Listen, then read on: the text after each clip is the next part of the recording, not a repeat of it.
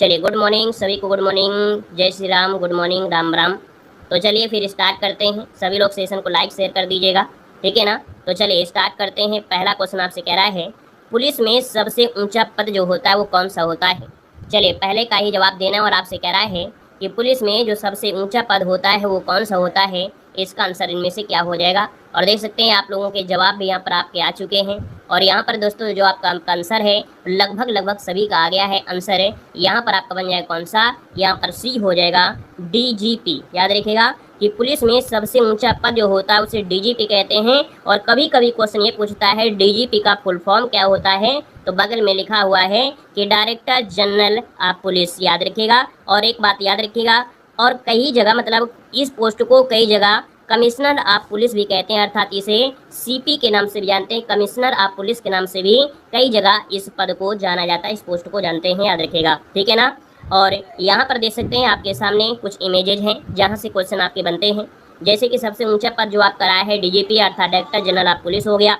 अब आपसे क्वेश्चन ये भी आपका हो जाएगा एडीजीपी अर्थात जो आपका एडीजीपी जो आप देख सकते हैं additional director general of police हो गया। आईजीपी मतलब होता है इंस्पेक्टर जनरल ऑफ पुलिस हो जाएगा। यहाँ पर दोस्तों डीआईजी मतलब होता है deputy inspector general of police, ठीक है ना। और यहाँ पर दोस्तों देख सकते हैं एसएसपी मतलब senior superintendent of police. SP मतलब होता है सुपरिटेंडेंट ऑफ पुलिस, ठीक है। ये पॉइंट आपके हैं, इसको हम टेलीग्राम पे आपको भेज देंगे, तो टेलीग्राम से आप लोग डाउनलोड कर लीजिएगा। देव जी के ट्रिक्स टेलीग्राम है, उसमें ये पिक आपको डाल देंगे, तो जितने भी आपके पोस्ट है उसका विस्तार से भी आप लोग पढ़ पाएंगे। क्लियर है ना। यहाँ पर आगे बढ़ते हैं। क्वेश्चन दिया गया है डीजीपी का फुल फॉर्म इनमें से क्या होता है। बताएगा कि डीजीपी का फुल फॉर्म इनमें से क्या होता है। अभी अभी हमने आपको बताया कि डीजीपी मतलब होता है डायरेक्टर जनरल ऑफ पुलिस, है ना। ये क्वेश्चन आपको पूछा गया है। ऑप्शन नंबर आपका पहला ही राइट हो जाएगा, डायरेक्टर जनरल ऑफ पुलिस आपका आंसर राइट हो जाएगा। आगे बढ़िए। क्वेश्चन दिया गया है पुलिस में जो लोगो होता है उसका रंग कैसा होता है। चलिए यहाँ पर बताना है, मॉडल पेपर में आपने पढ़ा है पुलिस लोगो का जो रंग होता है वो कैसा होता है। तो याद रखिए यहाँ पर जो आंसर आपका आ रहा है वो आपका राइट इनमें से क्या हो जाएगा। चलिए बहुत अच्छे। यहाँ पर ऑप्शन देखिए लाल और नीला। कभी कभी क्वेश्चन ये भी पूछेगा क्योंकि मॉडल पेपर में आपको सॉल्व कराया है कि लाल रंग कहाँ होता है, तो लाल जो होता है वो ऊपर होता है और नीला रंग जो होता है वो नीचे होता है। याद रखिएगा। ऑप्शन नंबर आपका ए आपका बिल्कुल सही जवाब हो जाएगा। अगले क्वेश्चन कराते हैं कौन सा अधिनियम पुलिस शब्द को परिभाषित करता है। चलिए ये भी क्वेश्चन आप देख सकते हैं आपके यूपी पुलिस में पूछा गया था। कह रहा है कौन सा अधिनियम पुलिस शब्द को परिभाषित करता है। तो ये अधिनियम है धारा जो आपकी 1861 की है, अर्थात पुलिस अधिनियम 1861 की धारा फर्स्ट के तहत पुलिस शब्द को परिभाषित किया गया है। ऑप्शन अगर आपने बी चुना है तो बिल्कुल सही जवाब हो जाएगा। अगले क्वेश्चन कराते हैं। क्वेश्चन दिया गया है कि पुलिस विभाग में कितने पद होते हैं। पुलिस विभाग में कितने पद होते हैं। यहाँ पर अभी अभी आपको हमने दिखाया भी था इमेजेज में, आप देख सकते हैं। पुलिस विभाग में अगर आपसे पूछा गया है तो आप कहेंगे पुलिस विभाग में जो पद होते हैं वो आपके 16 पद होते हैं। कितने होते हैं?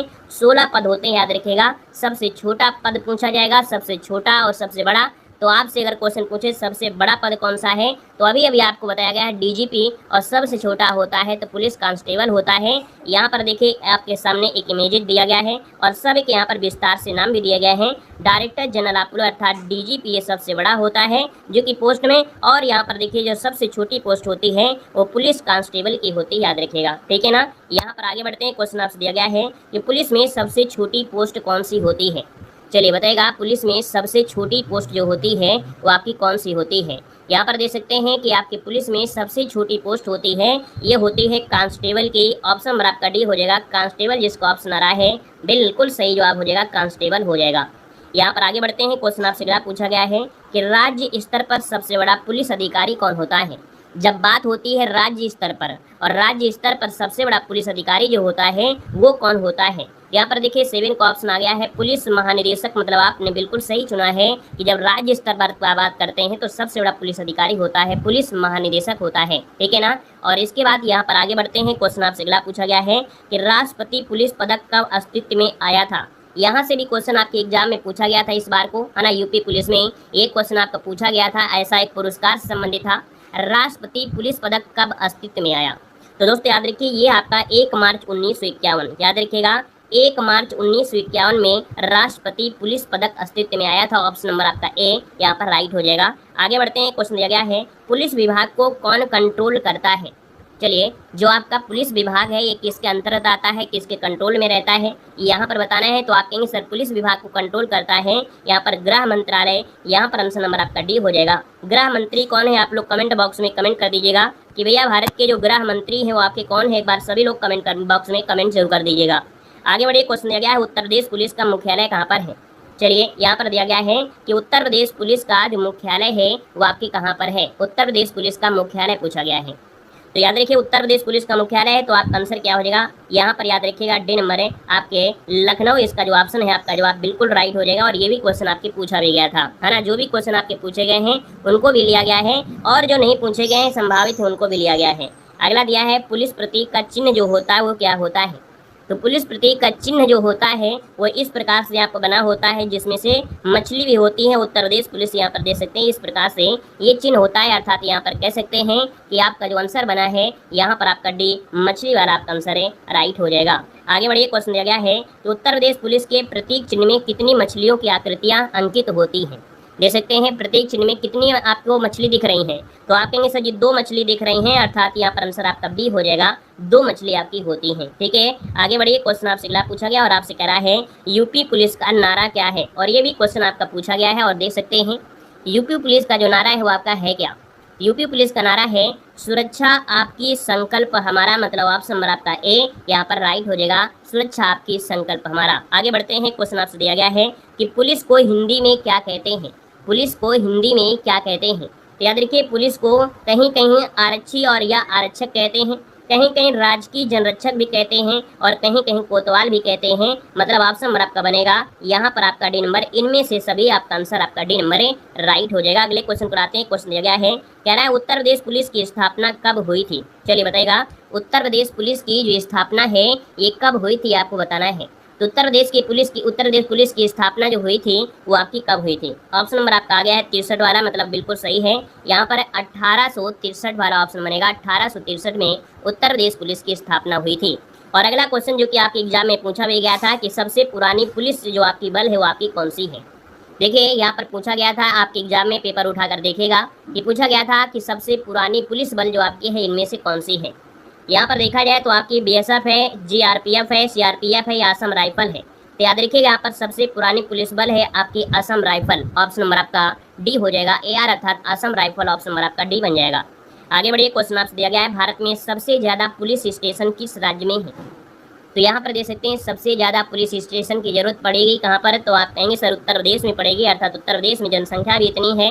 तो ऑप्शन नंबर आपका ए यहाँ पर राइट हो जाएगा, उत्तर प्रदेश। आगे बढ़िए, क्वेश्चन दिया गया है कांस्टेबल को कितनी स्टार मिलते हैं। चलिए बताना है कि भैया जो कांस्टेबल होते हैं इनको स्टार कितने मिलते हैं, है ना। इनको स्टार जो मिलते हैं वो कितने मिलते हैं। याद रखिए कांस्टेबल का जो पद होता है सबसे छोटा होता है, और इनको कुछ नहीं मिलता है, 0 बटा सन्नाटा। अर्थात यहाँ पर याद रखिएगा यहाँ पर 0 अर्थात एक भी प्रकार का स्टार इनको नहीं मिलता है। यहाँ पर आगे बढ़ते हैं, क्वेश्चन दिया गया उत्तर प्रदेश का सबसे बड़ा थाना कौन सा है। चलिए उत्तर प्रदेश का सबसे बड़ा जो थाना है वो आपका कौन सा है। तो दोस्तों फिरोजाबाद, जो कि आप जानते हैं चूड़ियों के ले जाना भी जाता है, यहाँ पर एक थाना है नारखी थाना फिरोजाबाद में, ये उत्तर प्रदेश का सबसे बड़ा थाना है। ऑप्शन नंबर आपका ए राइट हो जाएगा। आगे बढ़िए, क्वेश्चन दिया गया है केंद्रीय पुलिस प्रशिक्षण अकादमी कहाँ पर स्थित है। चलिए केंद्रीय पुलिस प्रशिक्षण अकादमी जो है वो आपके कहाँ पर है भैया। तो याद रखिएगा ये है आपका केंद्रीय दिया गया है, केंद्रीय दिया है तो आप कहेंगे सर इसका आंसर आपका ये हो जाएगा भोपाल में है। कहाँ पर है, भोपाल। आपका आंसर आपका ए वाला राइट हो जाएगा। और अगले क्वेश्चन कराते हैं। क्वेश्चन दिया गया है उत्तर प्रदेश के प्रथम डीजीपी आपके कौन थे। उत्तर प्रदेश के प्रथम डीजीपी इनमें से पूछा गया है। और दोस्तों याद रखिएगा उत्तर प्रदेश के प्रथम डीजीपी पूछा गया है, रट्टा मत मारिएगा। यहाँ पर ये हैं नरेश कुमार, याद रखिए प्रथम उत्तर प्रदेश के प्रथम डीजीपी हैं यहाँ पर आपका नरेश कुमार। ऑप्शन जिसका आ रहा है बिल्कुल राइट हो जाएगा। अगले क्वेश्चन कराते हैं भारत में नंबर 1 पुलिस आपकी कौन सी है। भारत में अगर हम बात करें सबसे नंबर 1 जो पुलिस है वो आपकी कौन सी है। तो दोस्तों ये उड़ीसा की पुलिस है, याद रखिएगा यहाँ पर अस्का पुलिस थाना गंजम जिला जो उड़ीसा में पड़ता है, ये भारत में नंबर 1 पुलिस आपका। ऑप्शन नंबर आपका ए यहाँ पर राइट हो जाएगा। यहाँ पर आगे बढ़िए, क्वेश्चन आपसे दिया गया और आपसे कह रहा है आईपीएस का फुल फॉर्म क्या होता है। स्टार्टिंग में ही ये सब क्वेश्चन आपको दिखा दिए गए थे, है ना, आपको बता भी दिया गया है। तो आईपीएस का फुल फॉर्म जो होता है वो क्या होता है। तो आईपीएस होता है इंडियन पुलिस सर्विसेज, मतलब ऑप्शन नंबर जो आपको दिया गया है यहाँ पर ऑप्शन नंबर आपका सी राइट हो जाएगा, सी नंबर आपका बन जाएगा। क्लियर है। यहाँ पर आगे बढ़ते हैं, क्वेश्चन आपसे दिया गया है कि पुलिस का फुल फॉर्म क्या होता है। पुलिस का फुल फॉर्म क्या होता है, यहाँ पर बताना है पुलिस। तो यहाँ पर देखो, public officer of legal investigation and criminal emergency जो ऑप्शन दिया गया है, मतलब ऑप्शन ए वाला इसका राइट आंसर हो जाएगा, ए नंबर आपका बन जाएगा। यहाँ पर आगे बढ़ते हैं, क्वेश्चन आपसे दिया गया है भारत में कुल कितने थाने हैं। भारत में कुल कितने थाने हैं आपसे पूछा गया है, और भारत में जब थानों की बात किया गया है तो आंसर इनमें से क्या हो जाएगा। चलिए भाई, भारत में थानों की बात करें तो भारत में थाने 16,671 थाने हैं। यहाँ पर जो आंसर है ऑप्शन बी हो जाएगा राइट। आगे बढ़िए, क्वेश्चन दिया गया है भारत के पहले पुलिस आपके कौन थे। चलिए, भारत के पहले पुलिस जो आपके रहे हैं 26 नंबर में, तो भैया इनका नाम है सीवी नरसिम्हन। क्या नाम है, सीवी नरसिम्हन भारत के पहले पुलिस हैं, ऑप्शन नंबर आपका ए हो जाएगा। आगे बढ़िए, क्वेश्चन दिया गया है उत्तर प्रदेश में कुल कितने पुलिस स्टेशन हैं। तो भैया उत्तर प्रदेश में पुलिस स्टेशन की अगर हम बात कर लेते हैं तो यहाँ पर याद रखिएगा 1526 उत्तर प्रदेश में पुलिस स्टेशन है, 1526 ऑप्शन नंबर आपका बनेगा, यहाँ पर आपका ए नंबर है। अगला क्वेश्चन आपसे दिया गया उत्तर प्रदेश में थाना दिवस कब मनाया जाता है। चलिए बताइएगा, उत्तर प्रदेश में थाना दिवस कब मनाते हैं। तो याद रखिएगा प्रत्येक माह के द्वितीय और चतुर्थ शनिवार को उत्तर प्रदेश में थाना दिवस मनाते हैं। याद रखिएगा द्वितीय और चतुर्थ शनिवार को मनाते हैं। अगला क्वेश्चन आपसे कह रहा है पुलिस का असली नाम इनमें से क्या होता है। पुलिस का असली नाम पूछा गया है, और पुलिस का जो असली नाम होता है वो क्या होता है, तो याद रखिएगा यहाँ पर आंसर हो जाएगा राजकीय जनरक्षक। राजकीय जनरक्षक ऑप्शन आपका बनेगा सी नंबर है, राइट हो जाएगा। नेक्स्ट क्वेश्चन पर आते हैं, क्वेश्चन दिया गया है पुलिस में प्रमोशन कितने साल में होता है। अगर आप पुलिस बन जाते हैं तो प्रमोशन के लिए आपको इंतजार करना पड़ेगा लंबा समय, 11 से 12 साल का समय आपको लग जाएगा प्रमोशन में, तो ऑप्शन नंबर आपका ए राइट हो जाएगा। अगले क्वेश्चन पर आते हैं, क्वेश्चन दिया गया है सीवी नरसिम्हन का पूरा नाम आपसे पूछा गया है। तो भैया यहाँ पर सीवी नरसिम्हन जो कि देख सकते हैं इनका नाम है चक्रवर्ती विजय राघवन नरसिम्हा, ऑप्शन नंबर आपका बी राइट हो जाएगा, चक्रवर्ती विजय राघवन नरसिम्हन। अगले क्वेश्चन पर आते हैं, क्वेश्चन दिया गया है भारतीय पुलिस की जो बंदूक होती है वो आपकी इस्तेमाल की जाती है। तो भारतीय पुलिस की किस बंदूक को इस्तेमाल करते हैं, ये भी क्वेश्चन आपका पूछा गया था। तो दोस्तों याद रखिए ये बंदूक होती है पिस्टल ऑटो 9mm 1A या ग्लाक 17, जो कि ऑप्शन है यहाँ पर डी वाला, यहाँ पर राइट हो जाएगा, याद रखिएगा ठीक है। पिस्टल ऑटो 9mm 1A या ग्लास 17 ऑप्शन आपका डी बनेगा। अगले क्वेश्चन कराते हैं, क्वेश्चन दिया गया है विश्व का सबसे बड़ा पुलिस विभाग जो आपका है किस देश का है। विश्व का सबसे बड़ा पुलिस विभाग जो आपका है वो किस देश का है। तो याद रखिएगा ये है आपके न्यूयॉर्क अर्थात अमेरिका का है। न्यूयॉर्क अमेरिका का सबसे बड़ा पुलिस विभाग है, ऑप्शन आपका ए बनेगा। उत्तर प्रदेश मत लगाइए, यहाँ पर आपका न्यूयॉर्क है। आगे बढ़िए, क्वेश्चन आपसे दिया गया और आपसे कह रहा है कि भारत के किस विधि नियम के अनुसार इनमें सर्वोच्च शक्ति निहित है। चलिए, भारत के विधि नियम के अनुसार इसमें सर्वोच्च शक्ति जो होती है वो सेना में तो नहीं होती है लेकिन संविधान में जरूर होती है, ऑप्शन नंबर आपका डी राइट हो जाएगा। अगले क्वेश्चन पर आते हैं, क्वेश्चन दिया गया है दहेज प्रतिषेध अधिनियम कब लागू हुआ था।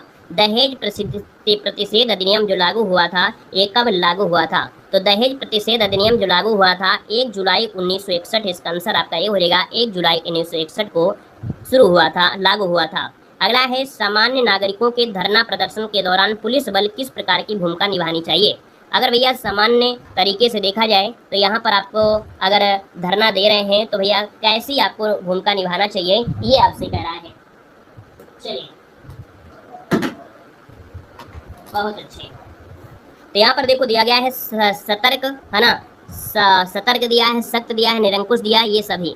तो देखो निरंकुश तो होना ही नहीं चाहिए, तो इसका मतलब है कि धरना प्रदर्शन जब सामान्य नागरिकों का धरना प्रदर्शन होता है तो सतर्क रहना चाहिए भाई, ऑप्शन नंबर आपका ए हो जाएगा। ऐसा नहीं लाठीचार्ज हो जाए। बाकी बीजेपी सरकार जब से भी आई है तो जो बच्चे धरना प्रदर्शन करते हैं अपनी मांगों को लेकर तो उन पर लाठियां चार्ज होना ये स्वाभाविक बात हो चुकी है। बाकी इसके पहले ऐसा नहीं होता था। अगला क्वेश्चन दिया गया है कि भीड़ के विरुद्ध पुलिस द्वारा बल प्रयोग किए जाने के अनुदेश किस पैरा में दिया है। देखो यहाँ पर दिया है कि भीड़ के विरुद्ध पुलिस द्वारा बल प्रयोग जो किया जाता है ना, यहाँ पर लाठी लेकर या खदेड़ लेते हैं, तो ये जो पैरा दिया गया है वो आपके 70 है, ऑप्शन नंबर आपका बी राइट हो जाएगा। यहाँ पर आगे बढ़ते हैं, क्वेश्चन दिया गया है इंटरपोल संगठन निम्नलिखित में से क्या कार्य करता है। ये जो इंटरपोल है संगठन ऑर्गेनाइजेशन, ये क्या कार्य करता है। तो अंतर्राष्ट्रीय अपराधों पर नियंत्रण करता है, सीमा पर पुलिस के सहयोग अर्थात सीमा पर पुलिस से सहयोग भी आपका है, अंतर्राष्ट्रीय अपराधों का सामना करने वाले संगठनों की मदद भी करता है, अर्थात तो ऑप्शन डी इनमें से हो जाएगा उपरोक्त में से सभी। आगे बढ़िए, क्वेश्चन आपसे दिया गया है कि आपके रिश्तेदार का पुत्र किसी अपराध में गिरफ्तार होता है, आप क्या करेंगे। चलिए, यहाँ पर बताना है कि अगर आप पुलिस में हैं, है ना, आप पुलिस में हैं और आपकी रिश्तेदार का पुत्र किसी अपराध में गिरफ्तार हो जाता है तो आप क्या करेंगे। क्या उसे तुरंत छोड़ देंगे, उसे पैसा लेकर छोड़ेंगे, उसे छोड़ेंगे नहीं, या इनमें से कोई नहीं, क्या बोलेंगे भाई, इसका ऑप्शन देना है। तो यहाँ पर देखिए उसे छोड़ेंगे नहीं, यहाँ पर आप कहेंगे सर इनमें से कोई नहीं, क्योंकि यहाँ पर संहिता जो आपकी ये आईपीसी धारा होती है, दंड संहिता होती है, तो दंड संहिता के अनुसार सजा का प्रावधान करेंगे, इसलिए ऑप्शन आपको डी लगाना है, याद रखिएगा। क्लियर है? ठीक है, अगले क्वेश्चन पर आते हैं। क्वेश्चन आपसे दिया गया है कि निम्न में से महिलाओं के लिए पुलिस में साहस और चुनौती वाला जो पद है वो आपका कौन सा है? तो दोस्तों याद रखिएगा कि महिलाओं के लिए पुलिस में साहस और चुनौती वाला जो पद होता है ये होता है राष्ट्रीय सुरक्षा गार्ड का। ऑप्शन नंबर आपका यहाँ पर हो जाएगा सी नंबर है, राइट हो जाएगा दोस्तों, याद रखिएगा। ठीक है ना, यहाँ पर आगे बढ़ते हैं। क्वेश्चन आपसे अगला पूछा गया और आपसे कह रहा है राष्ट्रीय सुरक्षा गार्ड अर्थात एनएसजी की स्थापना कब की गई थी? एनएसजी की स्थापना याद रखिएगा कब की गई थी? तो 1991 में एनएसजी की स्थापना हुई थी। ऑप्शन नंबर आपका यहाँ पर एक मिनट रुकिएगा। एनएसजी की स्थापना 86 में हुई थी, 86 याद रखिएगा, 86। ठीक है, तो 1986 यहाँ पर लगा दीजिएगा, यहाँ पर बी और सी ऊपर नीचे हो गए हैं। 1986 में एनएसजी की स्थापना हुई थी, याद रखिएगा। क्लियर है? यहाँ पर आगे बढ़ते हैं। क्वेश्चन दिया गया है जनहित का मूल उद्देश्य माना जाता है। जनहित मतलब होता क्या है? जनहित मतलब होता है कि भैया जो सबके लिए हित का हो। सांप्रदायिक से मतलब होता नहीं है, समाज के हित के लिए अर्थात सामाजिक न्याय हो जाएगा। ऑप्शन नंबर आपका बी बनेगा। अगला क्वेश्चन आपसे कह रहा है लैंगिक संवेदनशीलता का संबंध किससे है? लैंगिक संवेदनशीलता, लैंगिक मतलब हो गया स्त्रियों के प्रति जो आपका व्यवहार होता है। यहाँ पर आंसर आपका ए राइट हो जाएगा। नेक्स्ट क्वेश्चन दिया गया है कि जनहित याचिका निम्नलिखित में से किसके द्वारा प्रस्तुत किया जा सकता है? याद रखिए जनहित याचिका जिसमें सबका लाभ होता है, और इसके लिए यहाँ पर याद रखिएगा कह रहा है किसी भी लोक सेवक द्वारा, किसी भी वकील द्वारा, किसी भी व्यक्ति द्वारा या किसी मान्यता संस्था द्वारा। तो याद रखिए 43 का ऑप्शन क्या हो जाएगा? तो किसी भी व्यक्ति के द्वारा जनहित याचिका प्रस्तुत की जा सकती है। आगे बढ़िए, क्वेश्चन दिया गया है यदि किसी व्यक्ति में अनुकूलशीलता होगी तो गुण कौन सा होगा? अनुकूलशीलता अर्थात वो क्या होता है उसी के अनुसार ढल जाता है, अर्थात अनुकूलनशीलता अगर होती इसका मतलब वो सकारात्मक गुण होगा उसका, है ना? क्या गुण होगा? सकारात्मक गुण होगा। अगला दिया गया है आदेश पुस्तिका किसके द्वारा लिखी जाएगी? आदेश पुस्तिका जो होती है वो किसके द्वारा लिखी जाती है? तो ये जो निरीक्षक होता है ये आदेश पुस्तिका लिखता है। ऑप्शन नंबर आपका ए राइट हो जाएगा। अगला क्वेश्चन आपसे कह रहा है कि जनरल डायरी लिखने का अधिकार किसको होता है? जनरल डायरी जो होता है इस लिखने का अधिकार जो होता है वो जो थाना अध्यक्ष होता है उसको अधिकार होता है जनरल डायरी लिखने का। अगला दिया गया है जनहित याचिका किस न्यायालय के समक्ष दायर की जाती है? तो जो जनहित याचिका होती है और ये दायर की जाती है वो किस न्यायालय के समक्ष की जाती है? तो याद रखिएगा यहाँ पर सुप्रीम कोर्ट में भी कर सकते हैं और उच्च न्यायालय अर्थात हाई कोर्ट में भी कर सकते हैं, अर्थात यहाँ पर ए और बी दोनों आपका आंसर है, राइट हो जाएगा। अगला क्वेश्चन दिया गया है जनहित याचिका में सम्मिलित नहीं है। देखो जनहित याचिका में सम्मिलित नहीं है तो जनहित याचिका किसके लिए होती है? बंधुआ मजदूरी है, पारिवारिक पेंशन होता है, हिंसा से पीड़ित जो व्यक्ति होता है इनके लिए जनहित याचिका होती है।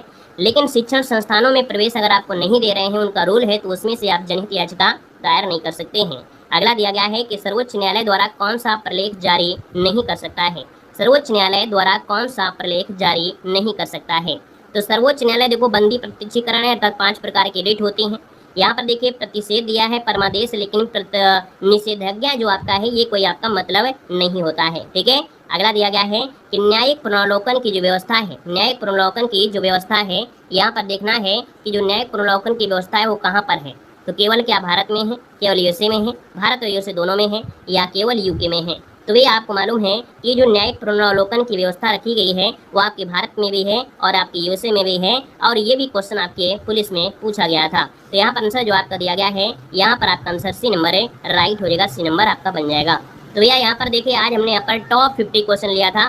टॉप 50 क्वेश्चन में हमने यहाँ पर जो लिया है वो जो आपके एग्जाम में अभी पूछे गए थे क्वेश्चन, बड़े सरल क्वेश्चन थे और कठिन भी आपके थे।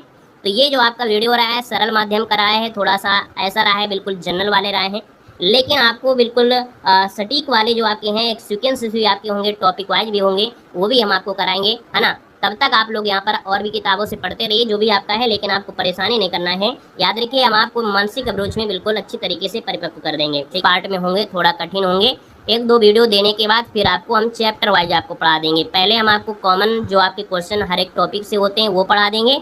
इसके बाद क्या करेंगे, आपके टॉपिक वाइज जो भी है उसकी आपके ऑब्जेक्टिव क्वेश्चन और जहाँ जरूरत होगी थ्योरी को, उसको हम थ्योरी को भी कवर करा देंगे। क्लियर हो गया है? ठीक है, डेली क्लास लीजिएगा। टाइम आपको सुबह 11 बजे आपका निर्धारित है, तो भैया 11 बजे आपको आ जाना है। और धन्यवाद सभी को, जय।